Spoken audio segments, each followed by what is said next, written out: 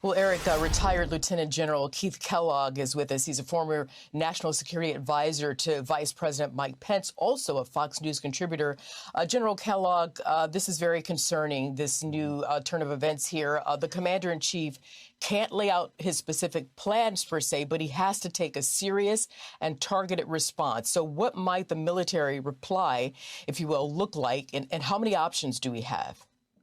Arthel, thanks for having me. Yeah, this is very, very significant. When you lose Americans, and there's 3 dead, at least 25 wounded that we know of, it is a significant escalation. Look, I go back to what President Trump said in his State of the Union in January of 2020, when he said very clearly, if you attack an American, your life is forfeit. Well, we've just had some Americans killed.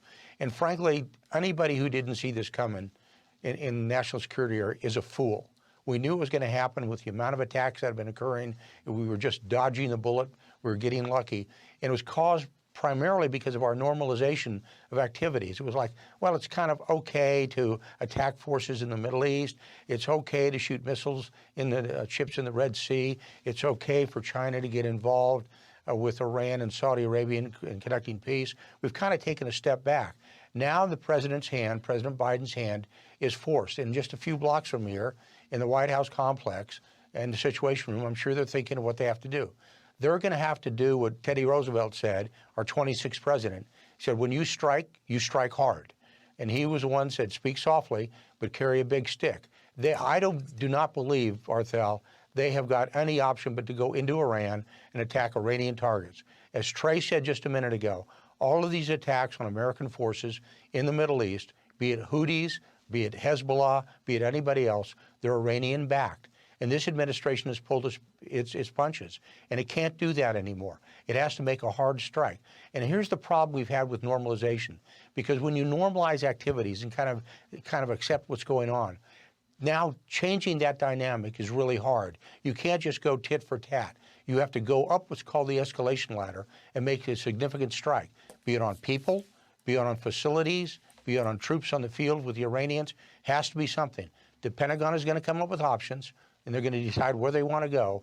But my concern is this administration is going to take the hard option it needs to take and strike hard against the Iranians. Does that mean personnel? Sure. It could mean everything from going after Ismail Ghani, who's the current leader of the Quds Force, or even the Supreme Leader, Khamenei, or going after facilities that build the drones within Iran, take out their naval facilities. They're going to have to make those decisions. But if they don't strike hard, they're making a big mistake, and I believe we're going to see a repeat of this in the future. Yeah, Tehran has made this personal, and so the response has to be personal. But what I do ask, though, what about our allies in the region? I mean, who's on board, and what's the current communication between our allied forces? You know, Arthel, that's a great question, and you need to bring your allies along. But this is an American issue. They have killed Americans. And this is, as you just said, this is personal. And we should lead. And if you want to come with us, come on with us. But if you don't, we're going to remember who came with us and who didn't. And this is one of those challenges you have as Americans. You can't say, well, let's all get on the same boat and row together. Oh, no. This is our lead. They killed our troops. We're going to respond. If you want to be there, be there. Now, of course, they're reaching out to them. I'm sure they're reaching out to the French and the Brits and the Italians and everybody else. But this is clearly, it's our lead. And my take to the allies would be, you'd better get on board, because I'm going to remember quite clearly who was with me and who wasn't with me when we have to make this response.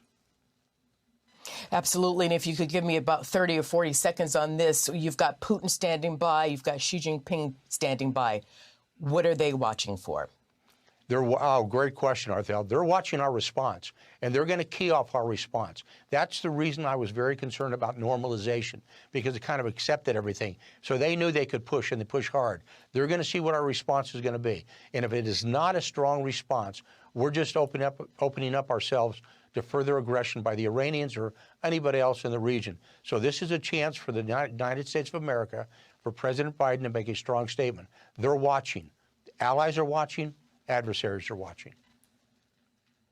General Keith Kellogg, thank you very much. Stick around throughout this day for us, because we will have more, much more, in this breaking news story.